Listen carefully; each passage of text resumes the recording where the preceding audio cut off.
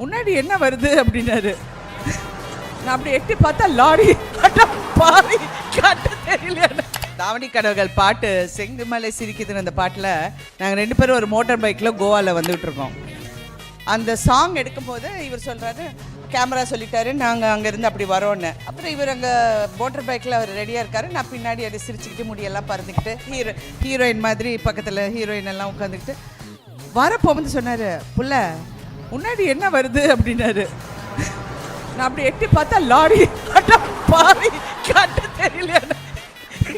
காட்டு தெரியல, வண்டியை நிறுத்துங்க முதல்ல சொல்லி நான் இறங்கிட்டேன். எனக்கு இந்த மாதிரி எல்லாம் நடிக்க முடியாதப்பா, காட்டு தெரியாம ஓட்டுறாரு. புள்ள என்ன வருது முன்னாடி,